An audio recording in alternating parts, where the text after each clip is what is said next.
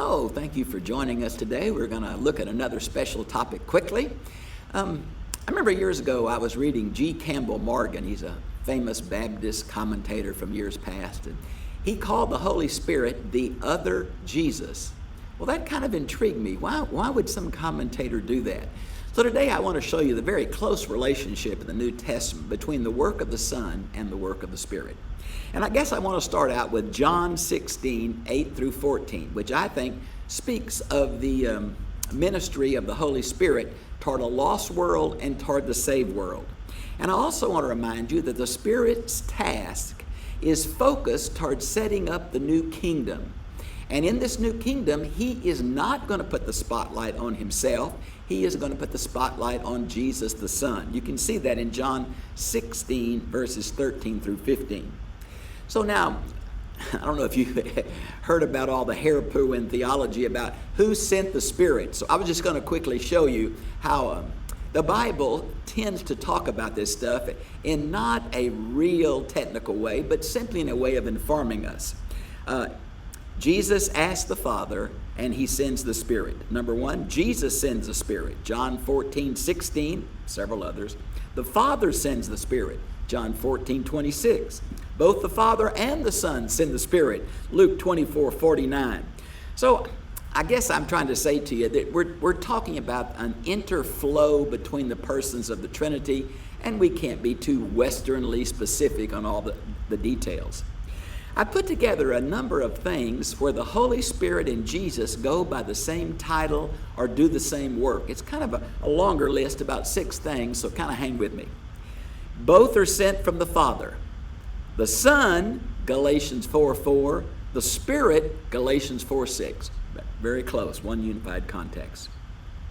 Both are called the Spirit of Truth. Now, you know the famous one for the Son in John 14:6. I'm the way, the truth, and the life. Well, in that same context, the Spirit is called the Spirit of Truth. John 14:17 and several other times. Now, we're all familiar with the word parakletos, which means a legal advocate. Are you surprised that Jesus is called the Parakletos in 1 John 2:1? And of course, the Spirit several times in John 14:26, John 14:16, John 15:26, John 16:7. The Spirit is called by several names that relate to Jesus. Now, I've got a few of these, but think how closely the Holy Spirit is being identified with the work of the Son. In Acts 16:7, he's called the Spirit of Jesus. In Romans 8:9, he's called the Spirit of God and the Spirit of Christ. In 2 Corinthians 3:17, he's called the Lord is Spirit and the Spirit of the Lord. Same context. 2 Corinthians 3:18, the Lord, comma, the Spirit.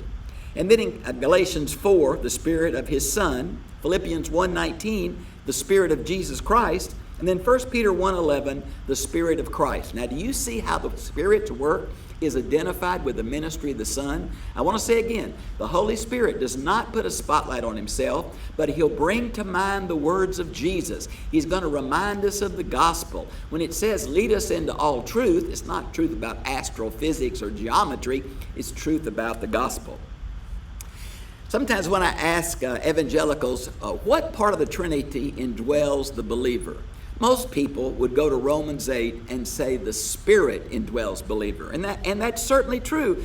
John 14, 16, and 17. Romans 8, 9, and 11. But the Son also indwells believer.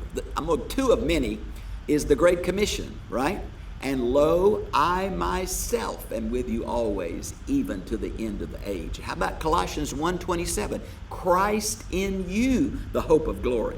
But the one I guess that really lights my fire is the Father also indwells us. And the key text is John 14:23, although there are others.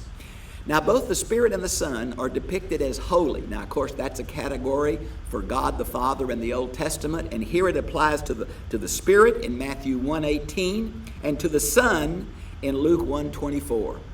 Well, I hope you see why G. Campbell Morgan called the Spirit the other Jesus. Their work just meshes together. I've enjoyed being with you.